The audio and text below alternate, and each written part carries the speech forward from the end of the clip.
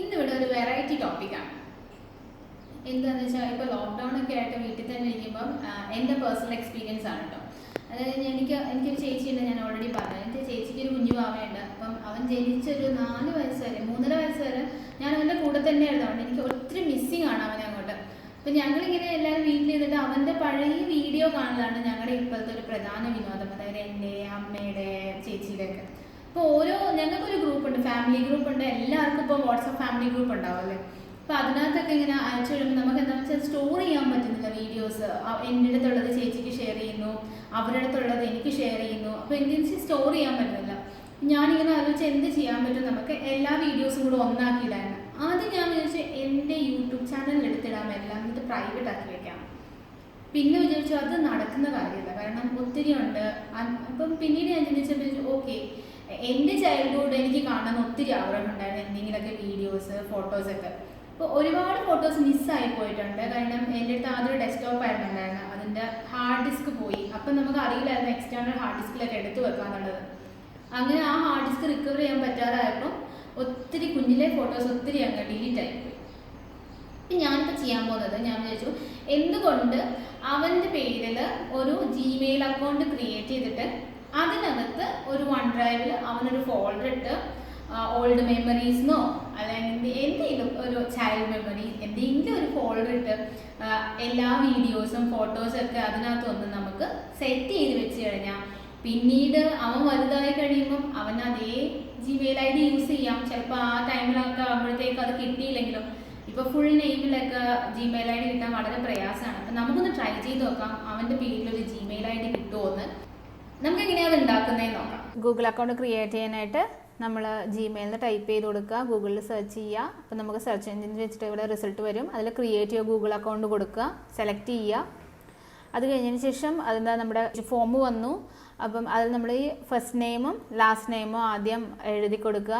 അപ്പം അതൊരിക്കലും user name അല്ല, നമ്മുടെ നെയിം ഫുൾ നെയിം കൊടുക്കുന്നത് മാത്രമേ ഉള്ളൂ. അപ്പം ഓട്ടോമാറ്റിക്കലി നമുക്ക് ഗൂഗിൾ ഒരു യൂസർ ID തരും. വേണമെങ്കിൽ അതിൽ തന്നെ നമുക്ക് പ്രൊസീഡ് ചെയ്യാം. അപ്പം അതിനുശേഷം പാസ്വേഡ് നമ്മൾ എപ്പോഴും കൊടുക്കുമ്പം എപ്പോഴും ലെറ്റേഴ്സ്, സിമ്പിൾസ്, അതേപോലെ നമ്പർ, ഇത് 3ഉം ഇൻക്ലൂഡഡ് ആണെങ്കിൽ അതൊരു സ്ട്രോങ് പാസ്വേഡ് ആയിരിക്കും.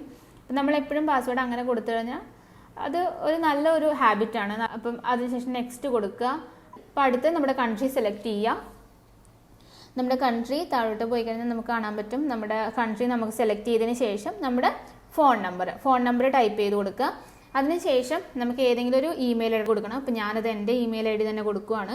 അതിനുശേഷം നമ്മൾ ആരുടെയാണോ ജിമെയിൽ അക്കൗണ്ട് ഉണ്ടാക്കാൻ നോക്കുന്നത് നമ്മുടെ ഡേറ്റ് ഓഫ് ബർത്ത് കൊടുക്കുക. ഞാനിപ്പോൾ എൻ്റെ കുഞ്ഞിൻ്റെ ഡേറ്റ് ഓഫ് ബർത്ത് കൊടുക്കുകയാണ് ഇതിൽ. അതിനുശേഷം ജെൻഡർ സെലക്ട് ചെയ്യുക. നെക്സ്റ്റ്. അപ്പോൾ അടുത്ത വന്നു link your account to a parent. ഇത് അണ്ടർ 13 ആയതുകൊണ്ട് നമ്മുടെ ഒരു പാരൻറ്റിൻ്റെ ഇമെയിൽ ID ഇവിടെ കൊടുക്കേണ്ടതുണ്ട്. അതും കൂടെ ടൈപ്പ് ചെയ്ത് കൊടുക്കുക. എന്നിട്ട് നെക്സ്റ്റ് ക്ലിക്ക് ചെയ്യുക. അപ്പം നമ്മുടെ മൊബൈലിലേക്ക് മെസ്സേജ് വരും. നമ്മുടെ മെയിൽ ID ലിങ്ക് ചെയ്തുകൊണ്ടാണ് ആ മെസ്സേജ് വരുന്നത്. ഞാനപ്പം ഫുൾ ആക്സസ് കൊടുത്തു, കാരണം ഞാൻ തന്നെയാണല്ലോ ക്രിയേറ്റ് ചെയ്യുന്നത്. ഞാൻ ആക്സസ് കൊടുത്തു. അപ്പോൾ ഒരു ഡയലോഗ് ബോക്സ് വരും. നമുക്ക് എന്തൊക്കെ നമ്മൾ ക്രിയേറ്റ് ചെയ്യുന്ന ഗൂഗിൾ അക്കൗണ്ടിൽ നമുക്ക് എന്തൊക്കെ മാനേജ് ചെയ്യാം, ഒരുപാട് കാര്യങ്ങൾ മാനേജ് ചെയ്യാം. നമുക്ക് എന്താണോ ഈ ഗൂഗിൾ അക്കൗണ്ട്, ഏതൊക്കെ ആപ്പ് യൂസ് ചെയ്യണം, ഏതൊക്കെ സെർച്ച് ചെയ്യണം എന്നൊക്കെ നമുക്ക് തീരുമാനിക്കാം. ഇത് മൊത്തമായിട്ട് വായിച്ചു നോക്കിക്കഴിഞ്ഞാൽ നിങ്ങൾക്കത് കൂടുതൽ മനസ്സിലാക്കാൻ പറ്റുന്നതായിരിക്കും.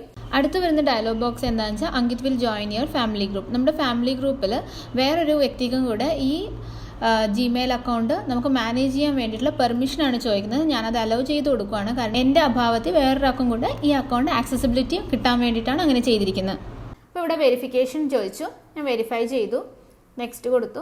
അപ്പം ഇതിലെന്താണെന്ന് വെച്ചാൽ എന്തൊക്കെയാണ് ടേംസ് ആൻഡ് കണ്ടീഷൻസ്, എന്തൊക്കെയാണ് നമുക്ക് സെറ്റിങ്സ് ചെയ്യാൻ പറ്റുക എന്നുള്ള കാര്യങ്ങളൊക്കെ ഇതിൽ വരും. അപ്പോൾ ഇത് നമ്മൾ നല്ലപോലെ വായിച്ചു നോക്കിയാൽ നമുക്ക് മനസ്സിലാവും. നമുക്ക് കൊച്ചിൻ്റെ ആക്ടിവിറ്റീസും അവൻ ഏതൊക്കെ ആപ്പ് കാണുന്നുണ്ട്, അല്ലെങ്കിൽ അവൻ ഈ അക്കൗണ്ട് വെച്ച് ഏതൊക്കെ ആപ്പ് ഡൗൺലോഡ് ചെയ്യുന്നുണ്ട്, അവൻ എന്തൊക്കെ സെർച്ച് ചെയ്യുന്നുണ്ട്, എല്ലാ കാര്യങ്ങളും നമുക്ക് റിസ്ട്രിക്ഷൻ ചെയ്യാനും പറ്റും, നമുക്ക് മാനേജ് ചെയ്യാനും പറ്റും. അപ്പോൾ ഇത് മൊത്തമായിട്ട് വായിച്ചു നോക്കുക. ഒത്തിരി ഉള്ളത് കൊണ്ട് അപ്പോൾ എനിക്ക് ഡീറ്റെയിൽ ആയിട്ട് ഇതിനെ ഇനി പറഞ്ഞു തരാൻ പറ്റിയെന്ന് വരില്ല.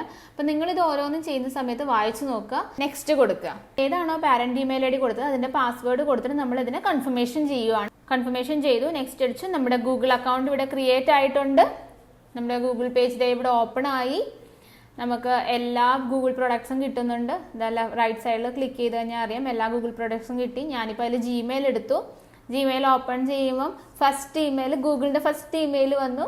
ഇത് വെൽക്കം, ഞാനിപ്പോൾ സ്റ്റാൻഡേർഡ് വ്യൂ ആണ് കൊടുത്തേക്കുന്നത്. നമുക്ക് വ്യൂ ഏത് വേണമെങ്കിലും മാറ്റി കൊടുക്കാം. അങ്കിത്തിന് വെൽക്കം ചെയ്തിട്ടുള്ള ഗൂഗിളിൻ്റെ മെയിൽ കിട്ടി.